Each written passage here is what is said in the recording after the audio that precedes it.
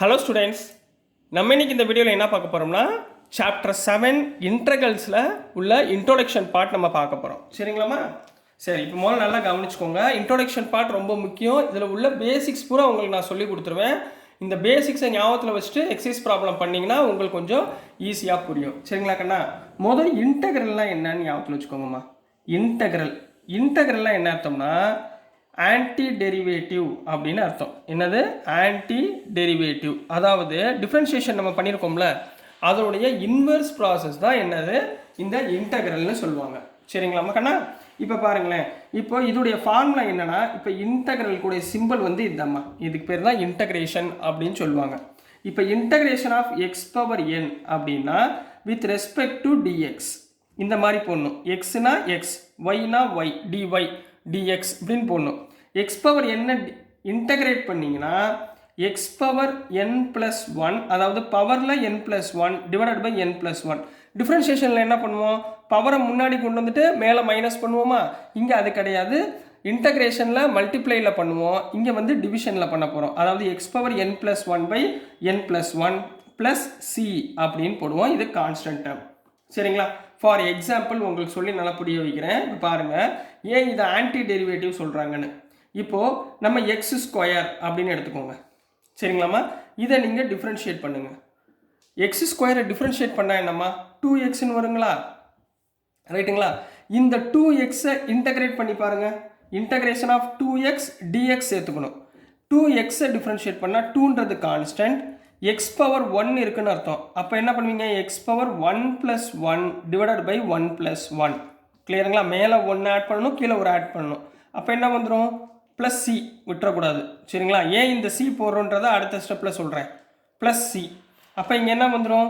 2 power X square divided by 2. இது ரெண்டையும் cancel பண்ணுங்கள். ஆன்சர் என்ன வந்துடும்? எக்ஸ் ஸ்கொயர் ப்ளஸ் சின்னு வந்துடுமா? இப்போ எக்ஸ் ஸ்கொயர்ன்ற டேர்ம் வந்துருச்சுங்களா? எக்ஸின்றது ஜீரோன்னு அர்த்தம். சரிங்களா? அப்போ எக்ஸ் ஸ்கொயரோட டிஃப்ரென்ஷியேட் பண்ணி அதை திருப்பி நம்ம இன்டகிரேட் பண்ணோம்னா எனக்கு என்ன கிடைக்கும்? திருப்பி எக்ஸ் ஸ்கொயரே திருப்பி கிடச்சிடும். ரைட்டுங்களா? சரி, இப்போ அடுத்த கேள்வி. சார் ஏன் சார் இங்கே சிசி போடுறீங்க அப்படின்னு அடுத்த கேள்விமா. ஸோ இப்போ பாருங்களேன், இப்போ இந்த மாதிரி ஒரு கியூபிக் பாலினாமியல் இருக்குன்னு வச்சுக்கோங்க. X cube plus 2x plus 3 அப்படின்னு இருக்கு வச்சுக்கோங்க. ரைட்டுங்களா? இதை நம்ம இப்போது டிஃப்ரென்ஷியேட் பண்ண போகிறோம். இதை டிஃப்ரென்ஷியேட் பண்ணிங்கன்னா என்ன வரும்? 3 முன்னாடி வந்துருமா? 3x ஸ்கொயர் ப்ளஸ் 2ன்னு வரும். ரைட்டுங்களாம்மா? இதை திருப்பி நான் என்ன பண்ண போகிறேன்? இன்டகிரேட் பண்ணணும். Integrate with respect to dx. 3x ஸ்கொயரை இன்டகிரேட் பண்ணிங்கன்னா 3x power 2 plus 1 divided by 2 plus 1. மேலே என்ன போடுறீங்களோ அதே தான் கீழேயும். ப்ளஸ் 2ன்றது கான்ஸ்டன்ட். கான்ஸ்டன்ட்டை இன்டகிரேட் பண்ணால் 0 வராது. டிஃப்ரென்ஷியேட் பண்ணால் தான் 0. இன்டகிரேட் பண்ணால் 2 இன்ட்டு எக்ஸ். எந்த டேர்மெல்லாம் இன்டகிரேட் பண்ணுறீங்களோ அதை எழுதிக்கணும். Plus c. ரைட்டுங்களா? இங்கே பாருங்கள், இப்போ நம்மளுக்கு என்ன வந்துருச்சு? 3x cube by 3 plus 2x plus சின்னு வந்துருச்சுங்களா? 3 கேன்சல் ஆகி பாருங்கள், இது வந்துருச்சுங்களா? இப்போ இங்கே 3ன்ற டேர்ம் என்னால் இங்கே போட முடியாது. சரிங்களா? அதுக்கு தான் இது கான்ஸ்டன்ட் டேர்ம்னால நம்ம எல்லா இடத்துலையுமே இன்டகிரேட் பண்ணுறப்ப இந்த சிசியை நம்ம ஆட் பண்ணுறோம். இப்போ புரியுதுங்களா ஏன் சி ஆட் பண்ணுறோம்னு? ஏன்னா இந்த டேர்ம் மிஸ் ஆகிடக்கூடாது. அப்போ சியோட வேல்யூ என்ன? 3ன்னு அர்த்தம். புரிஞ்சுங்களாமா? ஏன் சி போடுறோன்னு இப்போ புரிஞ்சுங்களா? ரைட். இப்போ இன்னும் கொஞ்சம் ஃபார்முலாஸ் உங்களுக்கு சொல்லித்தரேன், நல்லா கவனமாக வச்சுக்கோங்க. ரைட்டுங்களா? இப்போ ஃபார்முலாஸ். சரிங்களாம்மா? ஃபஸ்ட்டு ஃபார்முலா இதை ஞாபகத்தில் வச்சுக்கோங்க. X power N D X equal to X power N plus 1 divide by N plus 1 plus C. இதை ஞாபகத்தில் வச்சுக்கோங்க. அடுத்துக்கண்ணா வெறும் இன்டகிரேஷன் ஆஃப் டிஎக்ஸ் அப்படின்னு கொடுத்துருந்தாங்கன்னா, இன்டகிரேஷன்னா இங்கே 1 இருக்குன்னு அர்த்தம். 1ஐ இன்டகிரேட் பண்ணால், அதாவது இன்டகிரேஷன் ஆஃப் டிஎக்ஸ்னா எக்ஸ்ன்னு அர்த்தம். எக்ஸ் ப்ளஸ் சின்னு அர்த்தம். ரைட்டுங்களா? ப்ளஸ் சி ஆட் பண்ணிகிட்டே வந்துடுங்க. புரியுதுங்களாம்மா? இப்போ சொல்லுங்கள், இன்டகிரேஷன் ஆஃப் 3 இன்ட்டு டிஎக்ஸ் அப்படின்னா என்ன வரும்? 3 எழுதிக்கணும். டிஎக்ஸ் இன்டகிரேட் பண்ணால் எக்ஸ், டிஎக்ஸை இன்டகிரேட் பண்ணால் எக்ஸ், டிஒய்யை இன்டகிரேட் பண்ணால் ஒய். அப்படியே ரிவர்ஸாக எழுதணும். சரிங்களா?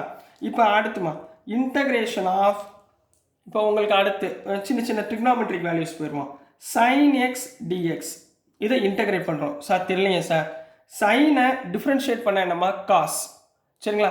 காசை டிஃப்ரென்ஷியேட் பண்ண என்ன? Minus sine. அப்போ இங்கே வந்து அப்படியே மாறி வரும். சைனை இன்டகிரேட் பண்ணால் மைனஸ் காஸ். ரைட்டுங்களா? அதே மாதிரி காசை இன்டகிரேட் பண்ணிங்கன்னா ப்ளஸ் சைன். புரியுதுங்களா? sin x ப்ளஸ் சி, இதை ஞாபகத்தில் வச்சுக்கோங்க. காசை இன்டகிரேட் பண்ணால் ப்ளஸ் சைன், டிஃப்ரென்ஷியேட் வேறு, இன்டகிரேஷன் வந்து அதோடைய reverse process.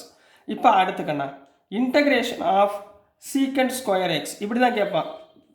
Secant square x எதை டிஃப்ரென்ஷியேட் பண்ணால் சீக்கண்ட் ஸ்கொயர் எக்ஸ் ஆன்சர் வரும்? Very good. tan எக்ஸை டிஃப்ரென்ஷியேட் பண்ணால் சீக்கண்ட் ஸ்கொயர் எக்ஸ். இந்த பக்கத்தை டிஃப்ரென்ஷியேட் பண்ணால் இது வரணும், அவ்வளோதான். சரிங்களா? அப்போ சீக்கண்ட் ஸ்கொயர் எக்ஸ்னால் tan எக்ஸை டிஃப்ரென்ஷியேட் பண்ணால் secant square X plus C. இப்போ அடுத்து சொல்லுங்கள் cosecant square X. Cosecant square எக்ஸை எப்போ வரும் டிஃப்ரென்ஷியேஷனில்? காட் எக்ஸை டிஃப்ரென்ஷியேட் பண்ணால் மைனஸ் கொசிகண்ட் ஸ்கொயர் எக்ஸ். அப்போ இங்கே என்ன வரும்? Minus cot X plus C. புரிஞ்சுங்களா? அப்புறம் integration of secant X tan X. எதை டிஃப்ரென்ஷியேட் பண்ணால் சீக்கண்ட் எக்ஸ் tan எக்ஸ் வரும்? சீக்கண்ட் எக்ஸை டிஃப்ரென்ஷியேட் பண்ணால் secant X tan X plus C. புரிஞ்சுங்களா? அடுத்து integration of cosecant x cot x dx equal to cosecant x cot x எந்த formula வரும் டிஃபரன்ஷியேஷனில்? Very good. Minus cosecant x நம்ம differentiate பண்ணோம்னா இந்த டேர்ம் வரும். அப்போ cosecant x cot x integrate பண்ணால் minus cosecant x plus c. இது வரைக்கும் புரிஞ்சுங்களாமா? இன்னும் கொஞ்சம் ஃபார்முலாஸ் தரேன், அதை பார்த்துக்கோங்க. சரிங்களாமா? ஸோ நெக்ஸ்ட்டுக்குண்ணா இப்போ integration of dx by square root of 1 minus x square. சரிங்களா? இப்போ 1 by root of 1 minus x square எதோடைய formula? Very good. sin inverse of x குரிய ஃபார்முலா. அப்போ sin inverse of x plus c. அல்லது என்ன போடலாம்? Minus cos inverse of x plus c. இது ரெண்டுக்குரிய ஃபார்முலாவும் same, இதாவது இன்டகிரேட் பண்ணுறப்ப. சரிங்களா? இப்போ இதுக்கு சொல்லுங்கள் integration of dx by 1 plus x square. இதை இன்டகிரேட் பண்ணால் 1 by 1 plus x square எப்போ வரும்? எதை டிஃப்ரென்ஷியேட் பண்ணால் இந்த டைம் வரும்? Very good. tan inverse of x differentiate பண்ணால் நமக்கு 1 by 1 plus x square வருமா? ப்ளஸ் சி சேர்த்துக்கோங்க. அல்லது minus cot inverse of X plus C. இதை ஞாபகத்தில் வச்சுக்கோங்க. ரைட்டுங்களா? இதே மாதிரி மூணாவது ஒன்று இருக்கேன், dx by x into square root of x square minus 1. இது எந்த டிஃப்ரென்ஷியேட் பண்ணால் வரும்? Secant inverse of X plus C. Secant inverse of எக்ஸை டிஃப்ரென்ஷியேட் பண்ணால் இந்த டேர்ம் வரும். அதே மாதிரி மைனஸ் கோசிக்கண்ட் இன்வர்ஸ் ஆஃப் எக்ஸை டிஃப்ரென்ஷியேட் பண்ணாலும் இந்த டேர்ம் வரும். இன்டகிரேட் பண்ணுறப்ப நம்ம ப்ளஸ் சி ஆட் பண்ணிக்கிட்டே வரணும். சரிங்களா?